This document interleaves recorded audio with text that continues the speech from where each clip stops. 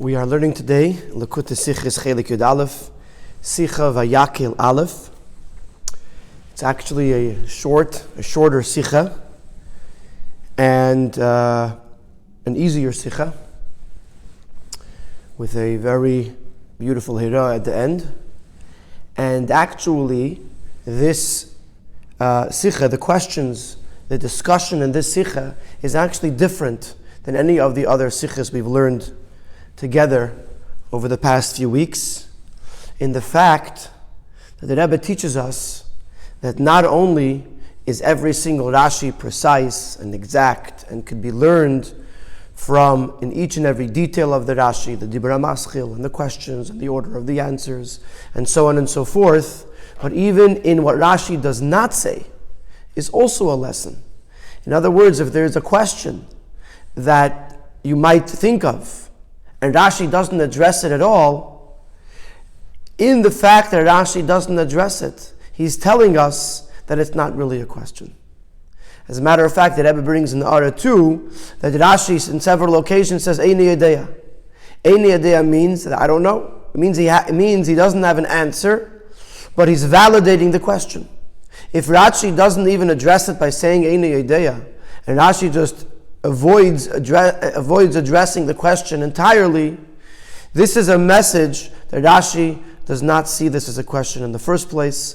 And this is the type of Sikha, this is the style of the Sikha we're going to learn today, where the Rebbe brings in numerous questions that one might have on the Psukim, and asks, why does Rashi not ask these questions and answer these questions, and tells us why these questions are to begin with not even a question. So, in the inside, it's been mentioned numerous times, several times, that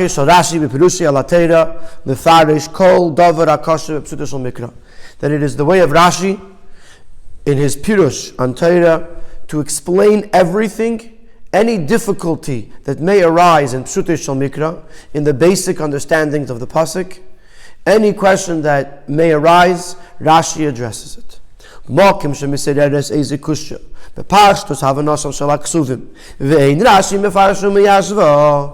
a place where a question arises, in the simple understanding of the Pasuk, and Rashi does not explain it or answer it, this is the proof, this is the evidence that Rashi, according to Rashi, this is not a question at all. And therefore Rashi does not have to comment on it and explain it, because this idea is understood and explained on its own. So, Al Piza, Tzarech Lahavin, Taimei Shel Rashi, Bamesh Einei Meir, B'Yeshuvam Shel Kushes Pshutes L'Chaera, HaMis'Eireis B'Limud HaPsukim HaRishein and Depashaseinu. Therefore, we have to understand the reason of Rashi why he does not comment and explain simple questions, seemingly simple questions that arise in the learning of the first psukim of our parsha. In other words, if Rashi skips it, we have to understand why. Why does Rashi not address these questions? Because Rashi addresses every question, unless Rashi thinks it's not a question. But we have to understand, here we have questions, and Rashi doesn't answer them. And the Rebbe is going to ask 5 questions on the beginning of this week's parsha, the parsha of Vayakhel. The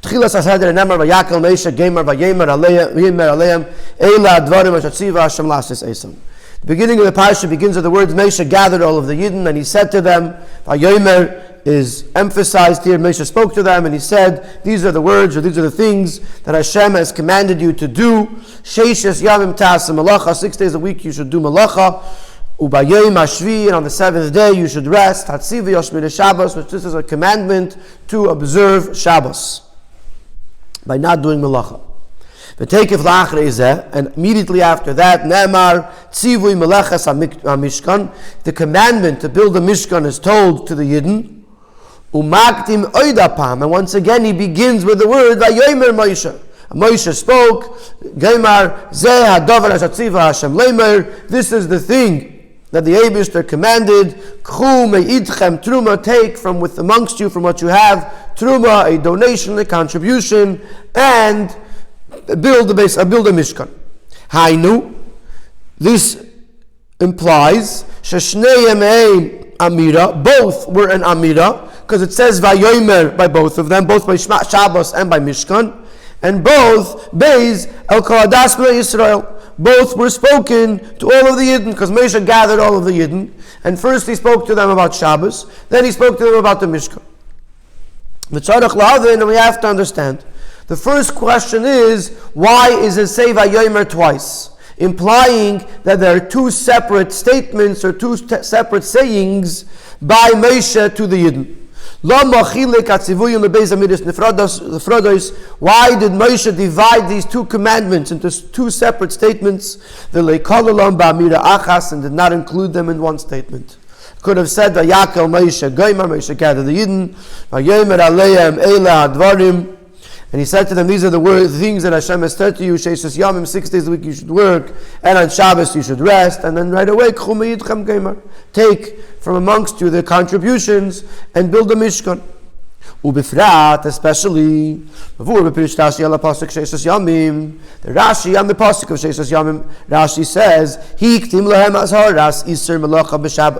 he prefaced the prohibition against doing malacha on Shabbos, litzivim malachas mishkan, to the commandment to build a mishkan, leimar, to tell us she'ein edeiches Shabbos, that the building of the mishkan does not override Shabbos.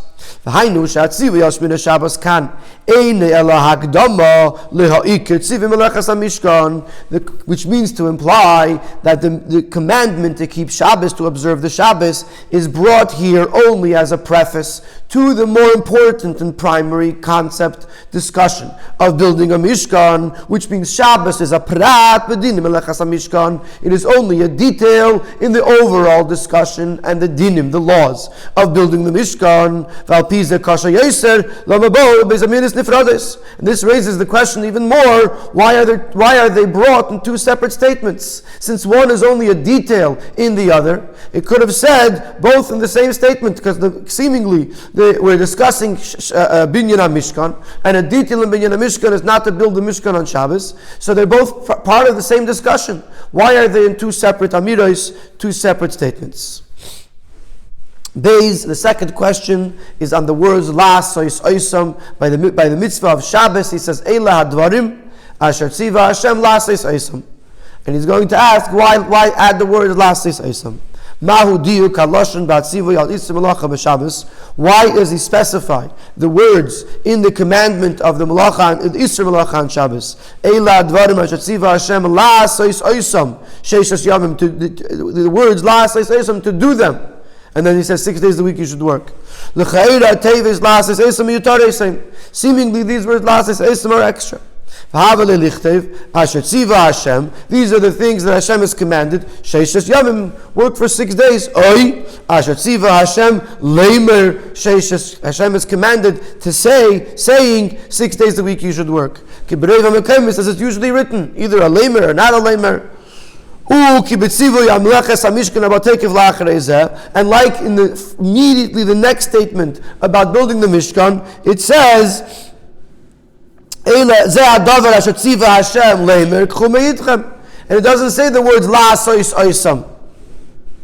Gimel, the third question is in a sense a continuation on the second question, on the asking on the words La Sois Oisam. The commandment here about Shabbos is to not do malacha in the malacha of the Mishkan on Shabbos. So it's not an active commandment. Tzivui dekum v'aseh, the kind of commandment that says, get up and do something. Ki im tzivui limneya esatzim me'asiyah. It's a passive commandment. Shlilas asiyah. Don't do something. Don't build the Mishkan on Shabbos. V'im kein hari leidak shetevis elu miyutaris hein. Not only are the words lases esam to do, not only are they extra, superfluous, and the lashon asiyah nimasim lazeh. They don't fit in to the flow of the pasuk. Because he's not coming to tell me to do something, he's coming to tell me what not to do. Especially since it's juxtaposed to the commandment of building the Mishkan, which is an active commandment, go and build Truma, go collect Truma and build the Mishkan. Over that which that is an active commandment, here it's a passive commandment. So why say the pasuk? Why say the words Lasesam Ukla Pelaya? And it's actually just the opposite direction. The sham leikos of lashon zeh laases. By the Mishkan, which is a kum v'aseh, it doesn't say laases. It doesn't say to do. And by Shabbos, which is here, is not a kum v'aseh. It's a don't do something. It says the word laases esam. So question 2 is why say the laases esam. Question 3 is that not only are the words extra, the words don't fit in. Because it says it's talking about what not to do. So the words laases esam to do doesn't make sense. Especially near the Melechas HaMishkan, where it's over there it's telling you what to do, and it doesn't say Lasei Seisam. Question Daled, the fourth question, and the question Daled and Hey are going to be about the order. Why is Shabbos before Mishkan in this parsha? According to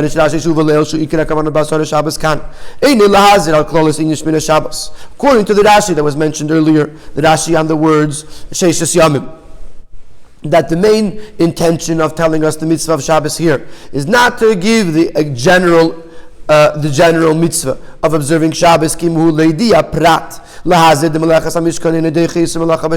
only to come to tell us a detail, to tell us that the melacha of the Mishkan does not override Shabbos. He should have first spoken about the melechas HaMishkan, which is based on this understanding, the main concept here. And then he should add a detail, to command and tell us to keep Shabbos, because the Mishkan doesn't override Shabbos.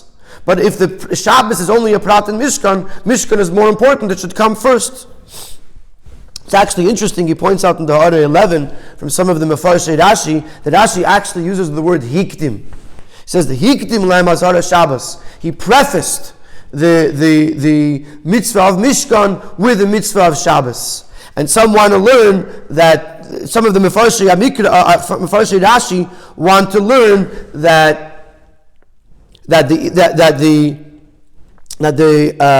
prohibition against doing the melacha on Shabbos is learned from the fact that it comes first. Had it come second, we would think that it's coming to tell us that you could do melachas HaMishkan on Shabbos. And of course, various Mefarshim argue with that understanding, but it's such an interesting observation that Rashi uses the word hikdim, and now the Rebbe is asking, why taka hikdim? Why taka does Shabbos come first?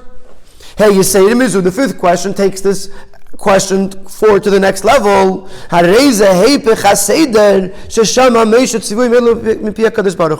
This order to have Shabbos first and then Mishkan is actually opposite the order that Moshe heard these 2 tzivuyim from the Eibishter.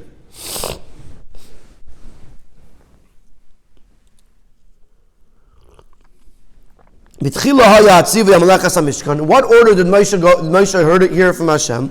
First came the Tzivei Melechas HaMishkan in Parshas Truma, Parshas Tetzaveh, in Parshas Kisisa. The Eibishter is giving Moshe Rabbeinu all the details about Melechas HaMishkan. Ubehemshech lazeh. In addition to that, in continuation to that, in Parshas Kisisa comes the prohibition to observe Shabbos, that the Melechas HaMishkan does not override doing melacha on Shabbos. Because the pasuk in Parshas Kisisa says, "Ach es Shabbosei tishmeru," but or however, you should observe my Shabbos. Rashi explains, it should not be light in your eyes that you should think that you should push off Shabbos because of this melacha, meaning melechas HaMishkan.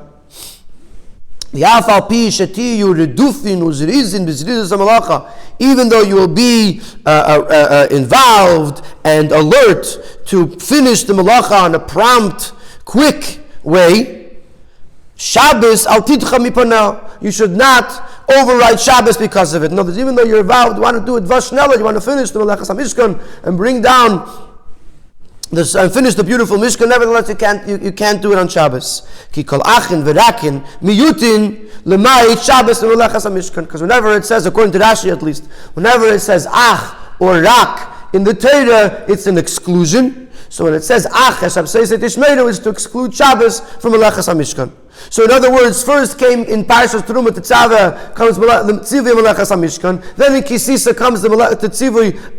Amalechas and the Azhara on Shabbos. So you have first Melechas Mishkan, then Shabbos, and in Parshas Vayakhel he goes the opposite: first Shabbos and then Mishkan. So we have 5 questions on this pasuk, which Rashi does not address any of them. On this pasuk, why there are 2 Amiris, why it says La'asais Oisam, and why does Shabbos come before Mishkan? So therefore we must say that it's b'chlal not a question, which is why Rashi doesn't address it.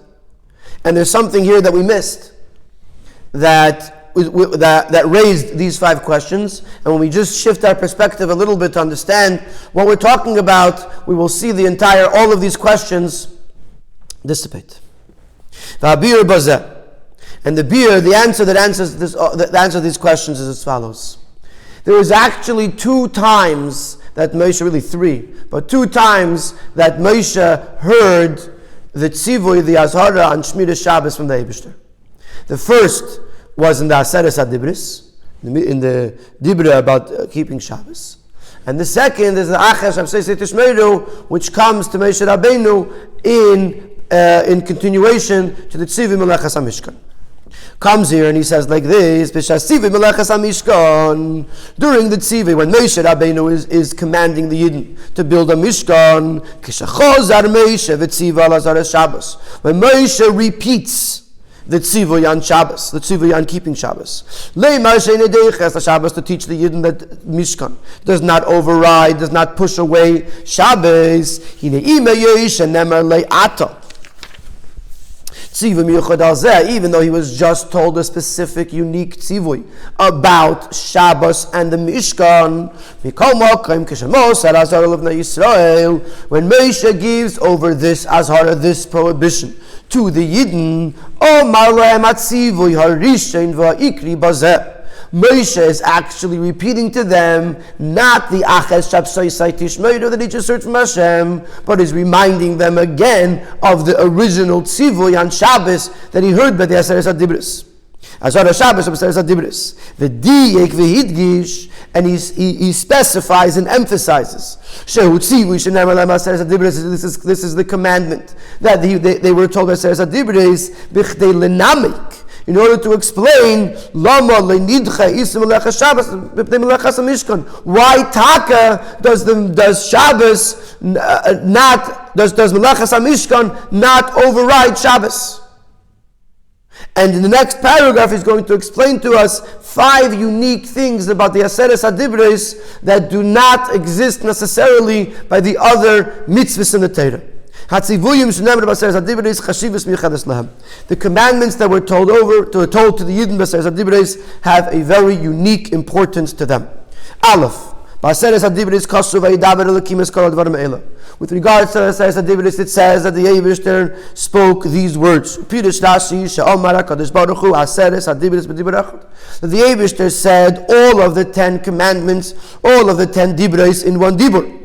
Just like we say sometimes by Zachar v'Shamar, b'dibur echad nemru, it's 2 words, two parts of a dibur that was said in one shot. So Rashi says that all the Aseres HaDibros were included in one dibur that they heard from the Eibishter. Ulefiza nimtza shekol Aseres HaDibros v'leirak beis dibros lishonos shama b'nei Yisrael b'yakadosh Baruch Hu. And it comes out that all 10 dibros were heard by the Yidden, not just the first 2. In other words, elsewhere we say that we heard from the Eibishter, and after that the Yidden got scared, and Moshe Rabbeinu says the rest of the dibros. But before that happens, the Eibishter says a dibra that includes all the 10 dibros, so which includes Shabbos. The Yidden heard it directly from the Eibishter. Base. Even when Moshe later repeats each dibur individually, even though at that point the only thing they heard directly from the Eibishter is and the other dibres, the other 8. Moshe was telling them over and giving them the word for the Yidden to hear. Even though they're hearing it from Moshe. But this repetition that Moshe is doing for them has a ma'ila v'chashivus miyuchedes, a very special advantage and uniqueness. With regard to the other commandments, the other mitzvahs of the Torah that they heard from Moshe. In the Parashas Sisa, including all the mitzvahs in Parashas Kisisa,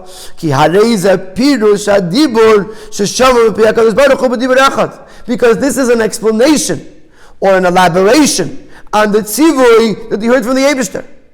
So the Chatchila, since they heard it directly from the Eibishter, even though they later hear it from Moshe again, when they hear it from Moshe again, they're hearing from Moshe something that they originally heard from the Eibishter.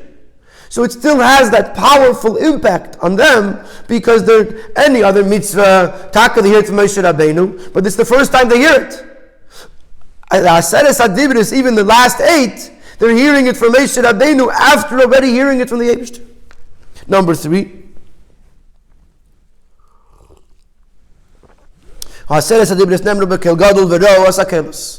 Aseres HaDibris were said Bekel Gadol with a very strong sound, a very strong voice. It says Kel Gadol v'lo Yosef. And other sikhs, other ma'amorim explain what the Kel Gadol was, that there was no echo, and the Rebbe explains that it penetrated into the whole Bria, into the whole creation. And they saw the koil, they were able to see the actual koil, which also Chassidus explains the advantage, the uniqueness of the fact that they were able to see something that is generally only in the realm of shmiya, in the realm of hearing. Dalid, a fourth special thing is al kol dibur anu hein. On every dibur they answered hein. There's a famous machlokes, Rabbi Shmuel and Rabbi Akiva, if they said al hein hein, al hein loy hein.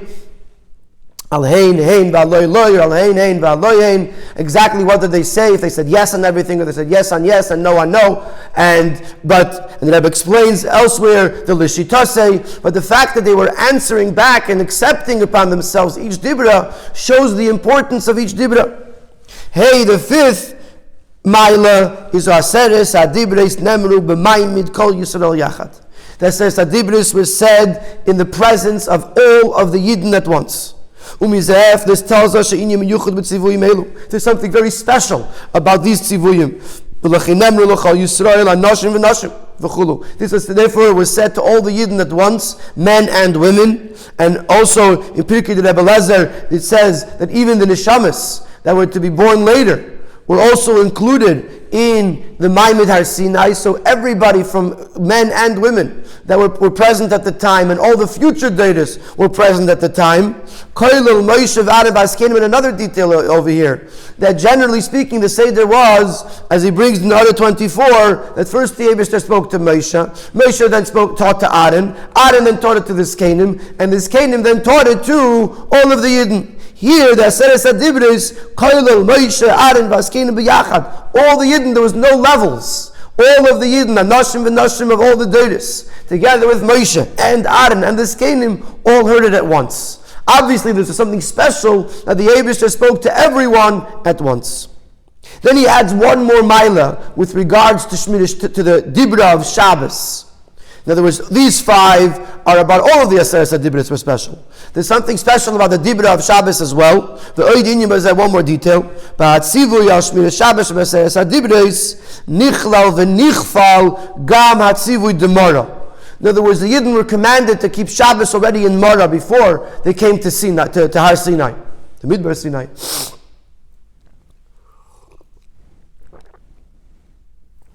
And the tzivui of the Aseres HaDibros was inclusive of whatever they were commanded in Mara. Like it says in the Aseret Adibros of Parshas Vaychanan, as Hashem already commanded you. And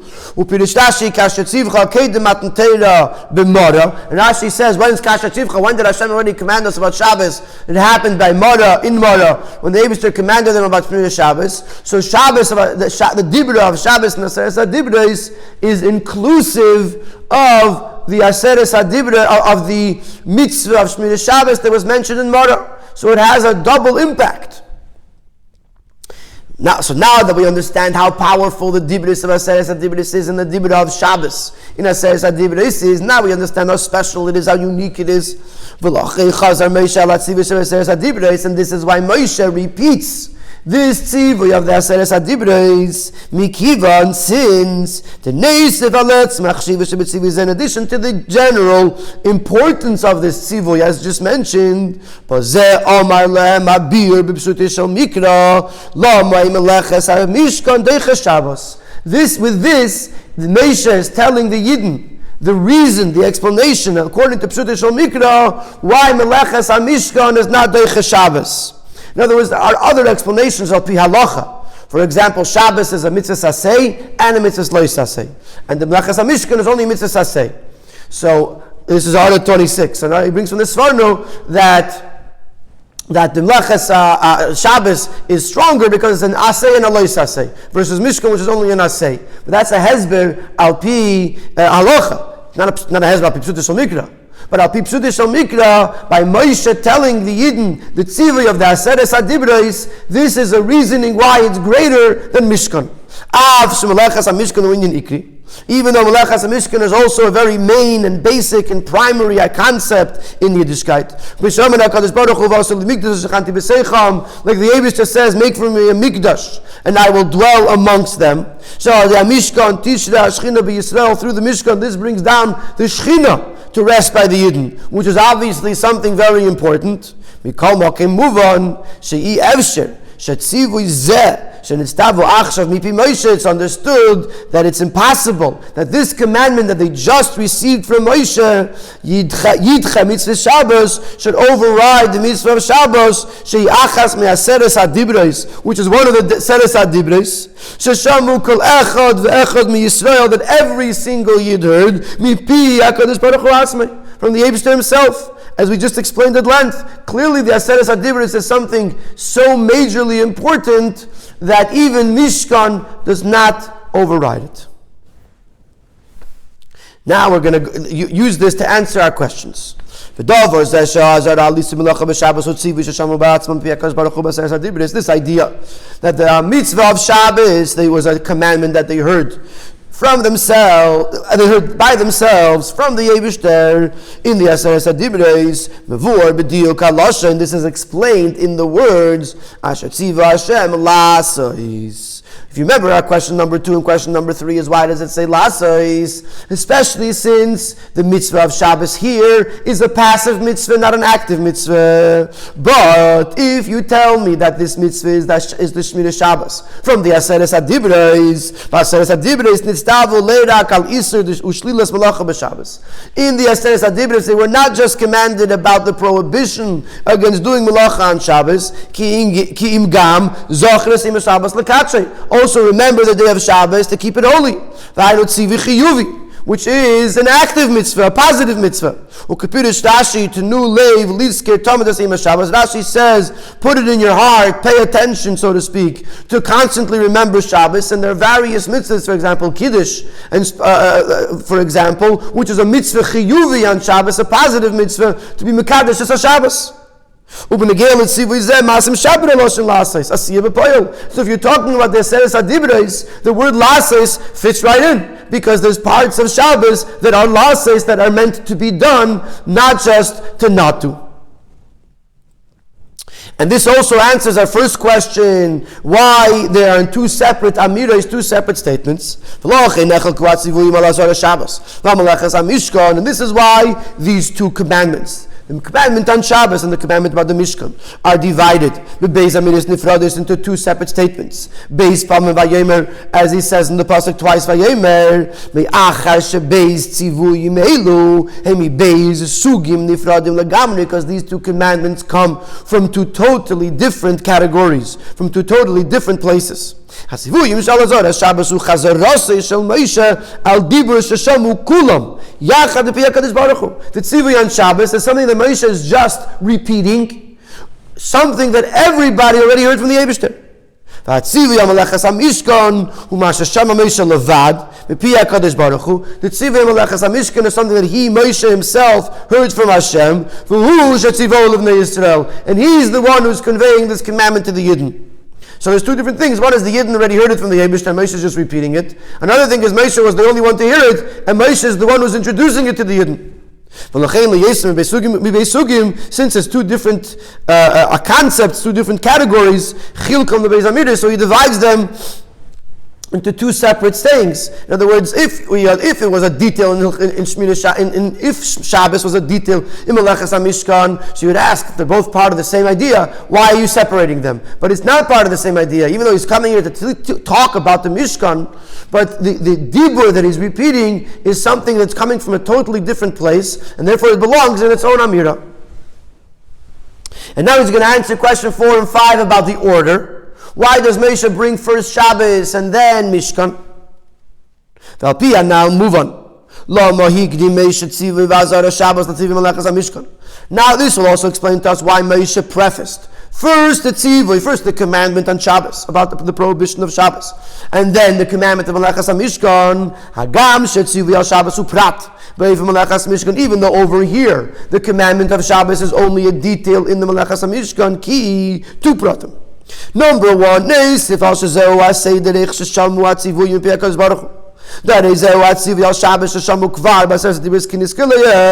in addition to the fact that this is actually the order, how they heard it from Eibishter, because first they heard the Aseres HaDibros, and then they heard the Tzivui Melechas HaMishkan. So earlier the question, we said it's the opposite order, because that was when we were thinking that Moshe was repeating the mitzvah, the saying of Achas Absei Tishmeru.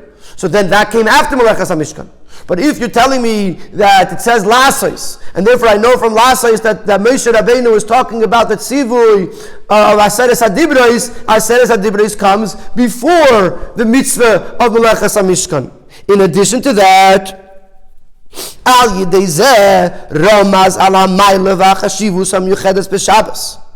He's hinting to us the very great importance of Shabbos, shehu kadum b'mayla l'tzivui Melechas HaMishkan, that it is greater in stature than the commandment of the Melechas HaMishkan, umitam chashivusei hamu'ula, and because of its great importance in a nidcha of the Melechas HaMishkan, it's not overridden by Melechas HaMishkan. And now it's interesting in the order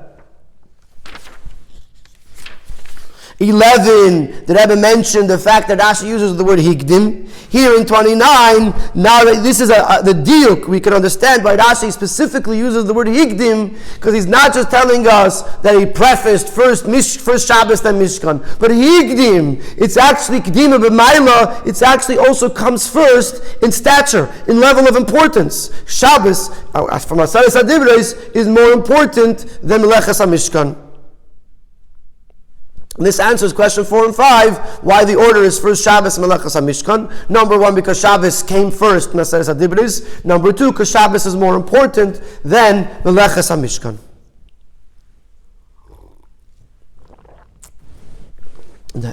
Dalid,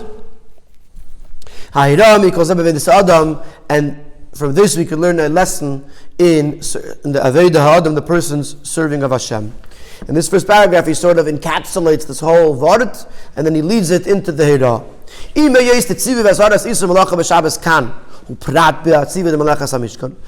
though the commandment here about the prohibition of Belacha on Shabbos is only a detail in the commandment of building a Mishkan. In other words, to teach me that Mishkan is not Doicha Shabbos. Moshe turns it into a primary important thing. And he told it over to the Yidden in its own Amir, in its own statement. And that's why Moshe repeats the commandment of the Sadibris, because that's when they were commanded by Hashem al etzem inish mir Shabbos, on the main idea of Shabbos, and not like the tzivui in Kisisa that is only speaking about Melechas HaMishkan. No, Moshe is trying to turn this into something, even to remind the Yidden of the great importance of this. You say to him is even more so. Mashmo is hakosav Vayakhel Moshe v'gemer sheishes yomim v'gemer. First, as soon as Vayakhel Moshe, the first thing he talks is about Shabbos, and only later does he talk about the Mishkan. The gathering of all of the Yidden, making such a big deal out of it, was primarily for the Hazara of Shabbos. And only later does he tell them the commandment about building the Mishkan, that through the Melechas HaMishkan you could bring down the V'shachanti B'seicham, the Shechina should rest, should dwell amongst them. So here he's once again emphasizing and underscoring this idea that Moshe is the one who reintroduces Shabbos here as a very primary idea, and therefore puts it in its own Amira, and therefore mentions the Dibur of the Aseres HaDibros, and actually Vayakhel Moshe gathers them all primarily for the Azhara of Shabbos. This is a powerful lesson on the importance of separating ourselves from Isser. Even if a person is involved with very lofty concepts, very lofty ideas, very lofty pursuits. Even one of the most lofty things a person can do, to bring down the Shekhinah, the Eibishter's presence into this world. Which is the whole purpose of the building of the Mishkan. As you are involved in the building of the Mishkan, or whatever this lofty concept that you're doing, and even before you approach this idea to get involved in it, you have to know and to be careful to stay away to the furthest extreme from something, from an act that is prohibited. Even